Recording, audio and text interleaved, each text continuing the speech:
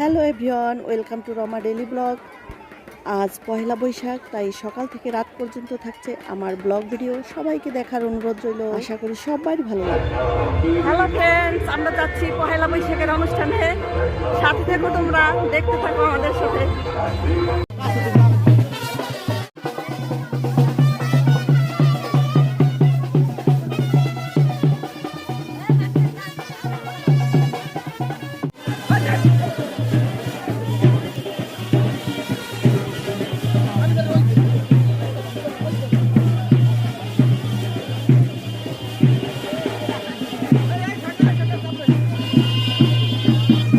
Hello বন্ধুরা, rally থেকে আমরা এখন বাড়ি ফেরার পথে।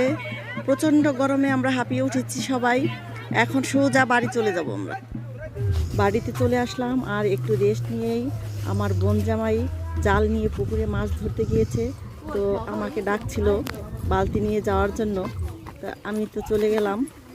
এত রোদে একটা ছাতা নিয়েই চলে গেলাম, দেখি কি মাছ ধরা যায়। পুকুরে অনেক বড় বড় মাছ আছে, কিন্তু এই পুকুরবেলা জালে উঠবে কিনা সেটাই সন্দেহ। ছোট ভাই বলল, দাদা যে মাছটা ধরতে পারবে সেটাই তোমাকে প্যাকিং করে দেওয়া হবে। তো অনেক খোঁজাখুঁজির পরে ছোট একটা পেল, কিন্তু সেটা রাখার মতো না, তাই মাছটাকে ছেড়ে দেওয়া হলো। আর আমরা দুই বোন পাড়ের উপর দাঁড়িয়েছিলাম ছাতা নিয়ে। ভীষণ রোদ। তা শহরের মানুষ গ্রামে এসে পুকুরে জাল দিয়ে মাছ ধরা, এ কিন্তু এক কঠিন জার্নি। শহরের মানুষের আভাস পেয়ে মাছগুলো আরও দৌড়ে পালায়। এই রোদের মধ্যে আমরা দুই বোন অনেকক্ষণ দাঁড়িয়েছিলাম। তারপর বাড়ি চলে এলাম। এসে দেখি আমার মা প্রায় মশলা বাটা কমপ্লিট। মায়ের সাথে কথা বলতে বলতে আবার কানে শুনতে পেলাম মাছ পড়েছে জালে। এই দেখো, আমাদের ছোট ভাই মাছ ধরে আনছে। ছোট ভাই বড় একটা মাছ ধরেছে, বড় বড় কাতল মাছ। কাতল মাছ। আমরা তো সবাই ভীষণ খুশি, কারণ এটা প্যাকিং হবে। আর আমরা গ্রামে আসার আগেই বাবা ভাইকে নিয়ে অনেক মাছ ধরে রেখেছে আমাদের জন্য। রান্না করব সরষে ইলিশ, উচ্ছে ভাজি হবে, ডাঁটা শাক মাছ দিয়ে হবে। বাটা বোটা কমপ্লিট। এখন আমি রান্না বসিয়ে দেবো। আজ বছরের প্রথম দিন, তাই মাকে বললাম, মা তুমি সব কিছু গোছগাছ করে দাও, আমি রান্নাটা করে ফেলি, তুমি শুধু মাংসটা রান্না করবে, তাও আবার মাটির চুলায়। আর মাটির চুলায় মায়ের হাতে মাংস রান্না অসাধারণ ব্যাপার। সরষে ইলিশ আর উচ্ছে ভাজি হয়ে গেছে, আর ডাঁটা শাক আমার চুলায় আছে। এদিকে ছোট ভাই আর ছোট বোনে হাঁস কাটতেছে দুটো। এই হাঁস দুটো ছিল চীন হাঁস, সেটা আমি দেখাতে পারিনি, কারণ আজ ভীষণ ব্যস্ত ছিলাম। আর সবাই এক জায়গায় হলে তো কোনো কথাই নেই, ব্যস্ত না থাকলেও ব্যস্ত হয়ে যেতে হয়।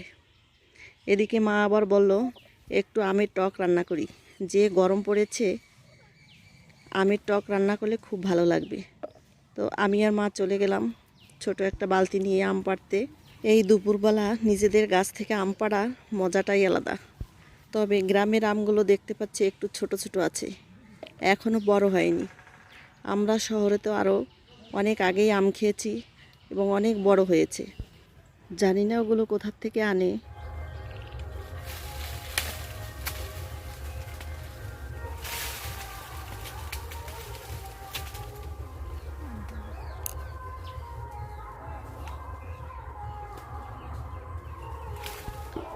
এই দেখো বন্ধুরা, আমরা অনেকগুলো আম পেড়েছি।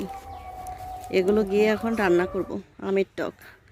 আর এদিকে আমার ছোট বোন আর বোন জামাই লাঠি নিয়ে চলে এসছে। আমি আবার বললাম যে, লাঠি কেন হাতে, কি পারবি তোরা? বলল, দিদি গাছে অনেক ছবেদা দেখেছি, এগুলো পারবো, নিয়ে যাবো ঢাকায়। তো আমরা সবাই মিলে অনেকগুলো ছবেদা পারলাম। অনেক মজা হয়েছে আজকে। আর এখানে ছবেদা গাছের মধ্য দিয়ে আম দেখা যাচ্ছিল বলে আমার বোন জামাই বলল, প্রিয় দর্শক, ছবেদা গাছে নাকি আম হয়েছে, তোমরা সবাই লাইক করো, কমেন্ট করো, শেয়ার করো। তাই নিয়ে অনেক হাসাহাসি হচ্ছিল। দর্শক দেখেন, এক পাবলিক কখনোই সবে দেখায় নাই। তিনি ঢাকা থেকে আসছেন।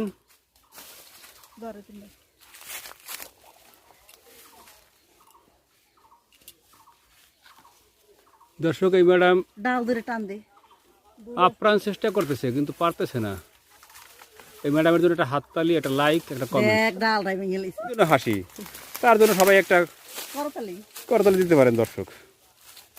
তাই দেখ কতগুলো ফুল করিস আর আরে তিনি যে সর্বনাশটা করলেন তিনি নিজে বুঝতে পারলেন না যে এটা কি সর্বনাশ হলো।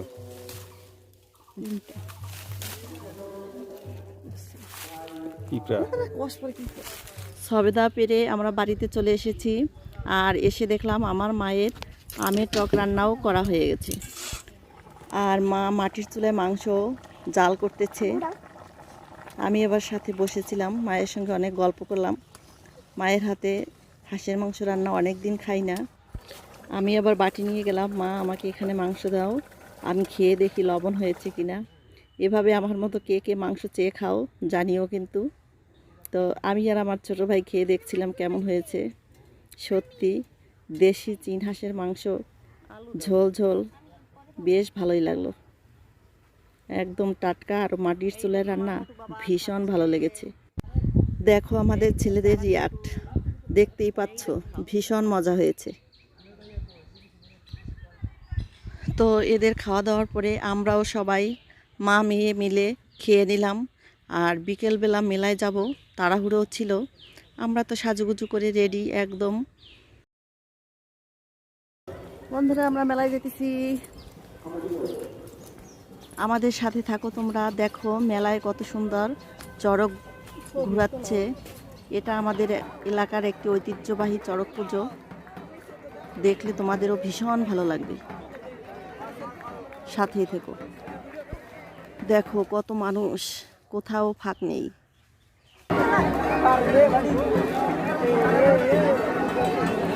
মাথা ঢোকা